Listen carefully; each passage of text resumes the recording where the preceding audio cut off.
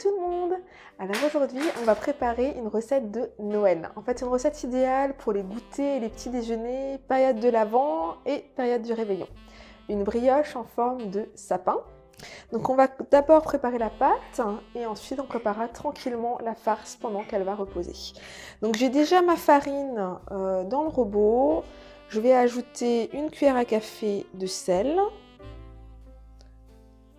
À l'opposé du bol, vous mettez votre levure. Donc moi, c'est de la levure qui est déjà active que je mets directement dans la farine. Toujours lire sur le paquet les instructions. Il y en a certaines qu'il faut activer. Donc lisez les instructions sur le paquet de levure. Moi, c'est de l'instantané. Donc là, j'ai l'équivalent de 11 g de levure. Je vais déjà mélanger. Je ne mets pas de sucre dans ma pâte.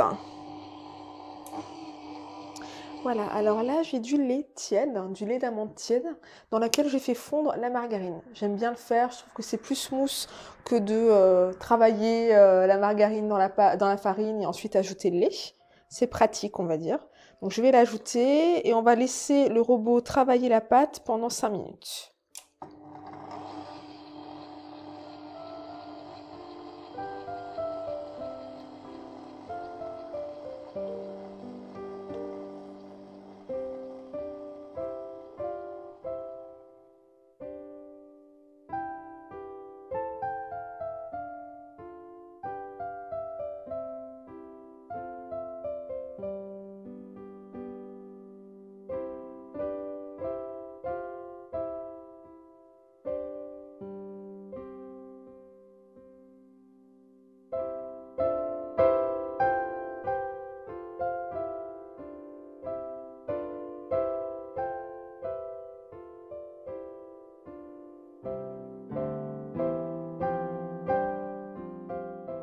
Donc la pâte est bien travaillée, on va la laisser lever pendant 1h30, 2 heures. Il faut qu'elle double de volume.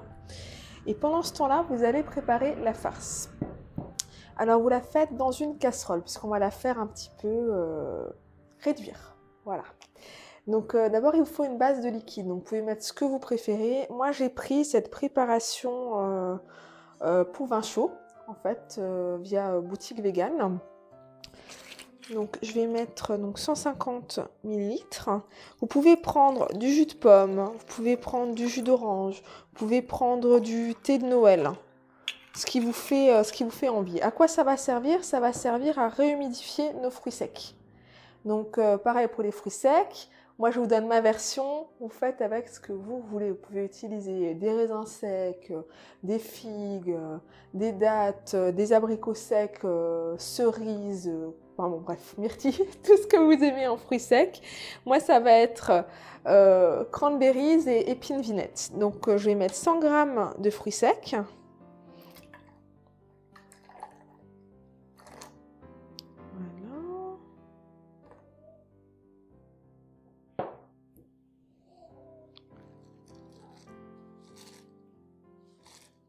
Je vais mettre un peu plus de cranberries.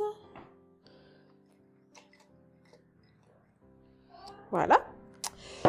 Et je vais mettre de l'écorce, j'ai oublié, l'écorce d'orange confite. Un petit peu. Juste histoire de parfumer un peu à l'orange. C'est Noël après tout. Ensuite, je vais ajouter mes épices. Donc j'aime bien mettre un petit peu de vanille, je trouve que ça arrondit en fait le goût, ça va adoucir un peu toutes les différentes épices. Donc là c'est de l'extrait de vanille bourbon. J'ai un mélange d'épices pour pain d'épices, donc dedans qu'est-ce qu'il y a? Cannelle, coriandre, cardamome, badiane, girofle, anis vert et fenouil. J'aime bien utiliser ce mélange là. Et rajouter une pointe de cannelle pour insister sur la cannelle. Donc là, pareil, au niveau des épices, mettez ce qui vous parle. Hein. Vous allez faire embaumer la maison avec ça. Hein. Je peux vous dire que ça va sentir super bon. Voilà. Et je vais ajouter le zeste d'une orange. Je vais utiliser l'orange complète. Le zeste dans la farce, le jus pour le glaçage après. Donc allez-y tranquillement, je mets tout le zeste. J'ai déjà fait cette farce-là sans orange, ça fonctionne très bien. Pour ceux qui n'aiment pas l'orange, faites comme vous le sentez.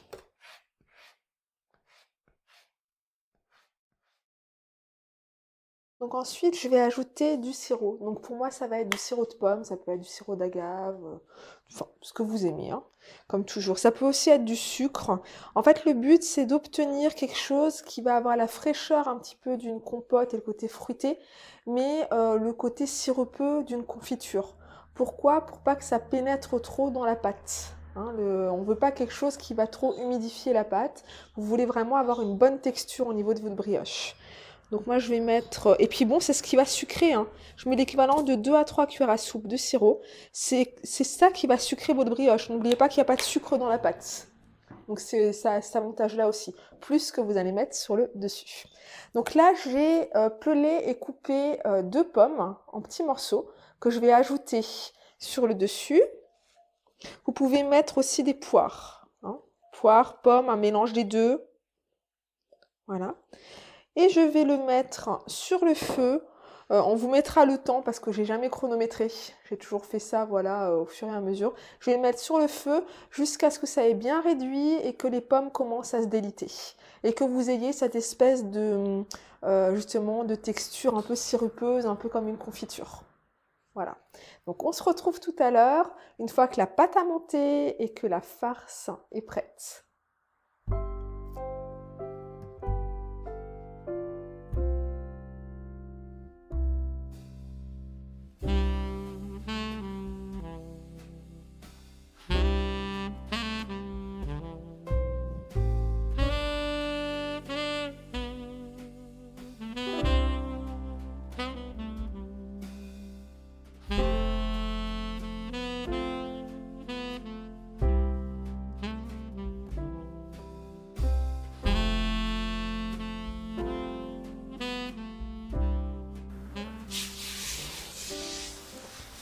Ok, alors notre pâte a bien levé.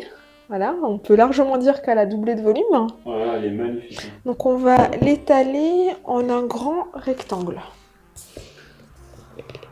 Voilà. Oups. Voilà.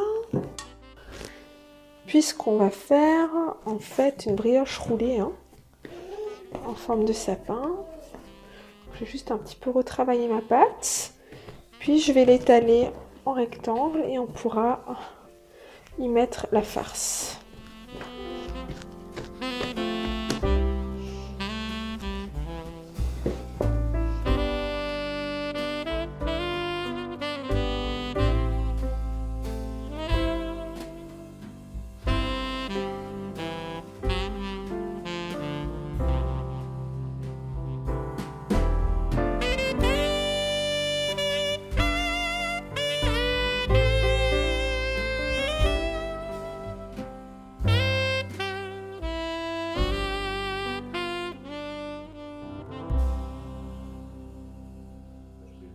Ok, donc la farce est bien cuite. On va simplement y ajouter des noix et des pistaches hachées.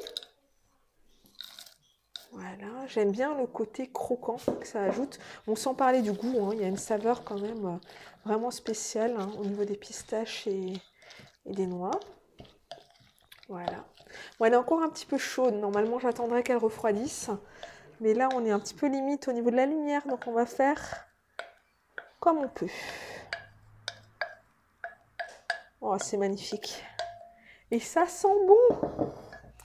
Donc, je vais étaler, voilà, grossièrement, hein, ma farce. Et ensuite, on pourra rouler la brioche.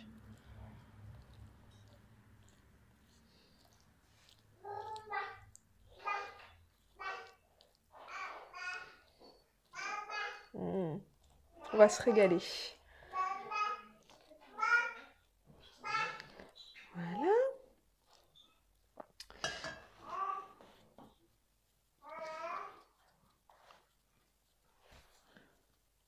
Donc vous roulez bien serré.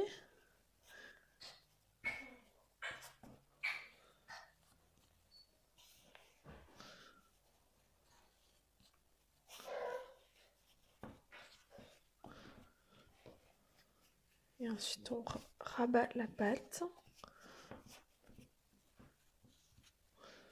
Voilà. Et vous pressez, voilà, de façon à bien répartir la farce. Et voilà. Donc ensuite, ce que vous voulez faire, c'est obtenir 15 tronçons de pâte, plus un, plus grand. 16 en fait. Donc, je vais partir de là.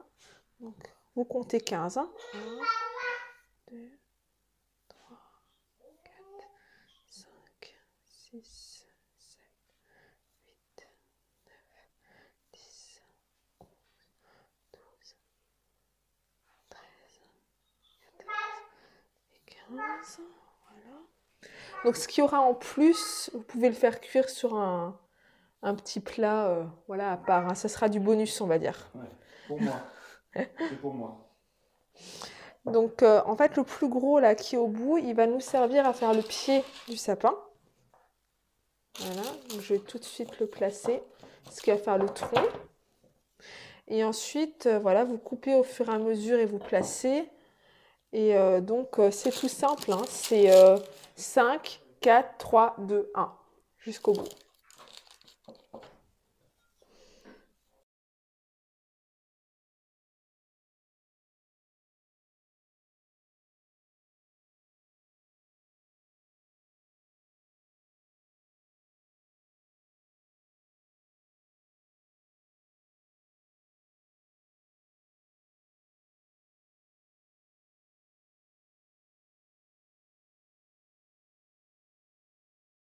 Donc la brioche est prête. On va la laisser monter encore pendant, je vous montre, hein, pendant une demi-heure, pendant que le four préchauffe.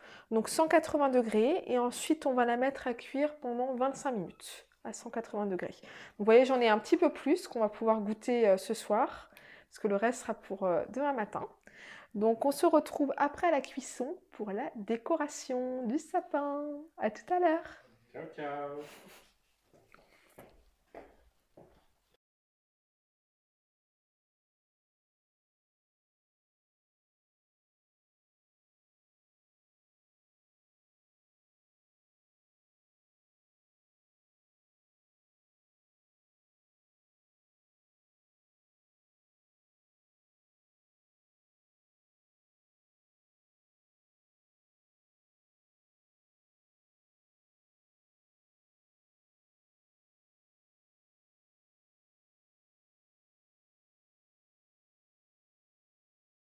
Donc là, je prépare un glaçage. J'ai pressé l'orange, donc j'ai pris le zeste tout à l'heure, et j'ai mis 200 g de sucre glace. Et je vais ajouter petit à petit en fait du jus jusqu'à ce que j'obtienne la texture que je souhaite pour le glaçage. Donc là, ça va dépendre vraiment du résultat que vous voulez obtenir. Si vous voulez un glaçage très épais, en fait, vous mettez moins de liquide. Et si vous voulez un glaçage qui vous mette une fine couche sur votre brioche, vous mettez plus de liquide. Mais n'en mettez pas trop dès le départ parce que en fait, enfin, vous risquez d'être surpris et de devoir rajouter pas mal de sucre glace par la suite. Voilà, là moi j'ai déjà la bonne texture en fait, j'ai pas besoin d'en rajouter. Je vais vous montrer. Moi je veux un glaçage, voilà, plus ou moins entre liquide et au milieu, hein, entre liquide et épais, voilà, qui va me permettre de le mettre quand même, si je le souhaite, avec un pinceau ou d'avoir des résultats relativement fins, selon l'inspiration du moment, et qui en même temps ne va pas dégouliner complètement, il va en rester suffisamment sur la brioche pour la sucrer. Il faut savoir aussi que plus vous faites votre glaçage épais, plus il va mettre du temps à sécher. Là, ça va dépendre quand est-ce que vous voulez servir votre brioche. Donc là, voilà, j'ai mon glaçage, on va pouvoir passer à la décoration.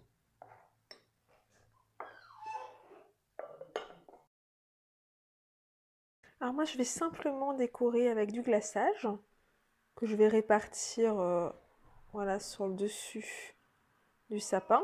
Mais vous pouvez mettre, avant de mettre le glaçage, en fait, un mélange par exemple de confiture d'abricot et d'eau pour bien faire briller votre sapin. Voilà. Faut pas hésiter sur la déco, sur tout ça, puisque comme on disait, la pâte n'est pas sucrée.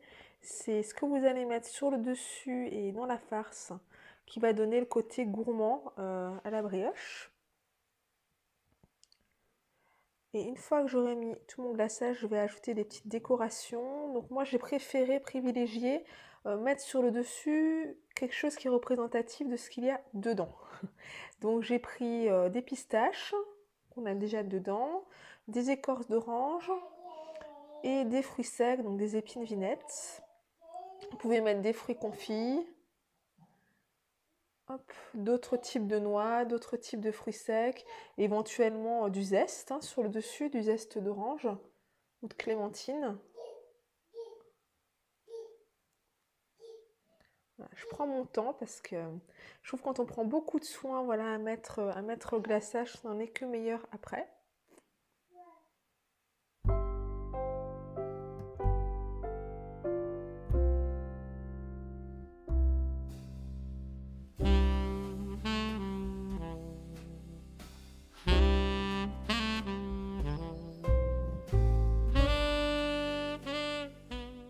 Si votre glaçage commence à sécher un peu, ça va très vite, n'hésitez pas à un petit peu appuyer avec le doigt pour que ça tienne. Voilà, comme je suis en train de le faire. Et voilà. Donc là, je pense que j'en ai largement assez. Donc, on a notre brioche pour demain matin, pour le petit déjeuner. J'espère que cette recette vous plaira. N'hésitez pas à me taguer sur Instagram quand vous la préparez. J'aime bien voir le résultat, j'avoue. Et on vous donne rendez-vous très vite le 28 décembre, parce que dorénavant, les vidéos seront publiées à date fixe. Donc les 12 et 28 du mois. Voilà, donc abonnez-vous quand même pour recevoir la notif. Mais si jamais vous n'en recevez pas et que vous êtes étonné ou quoi que ce soit, sachez que 12 et 28, il y a des vidéos. Je vous dis à très vite et du coup, je vous souhaite de bonnes fêtes parce qu'on se retrouve après les fêtes de Noël. Ciao, ciao! Ciao, ciao!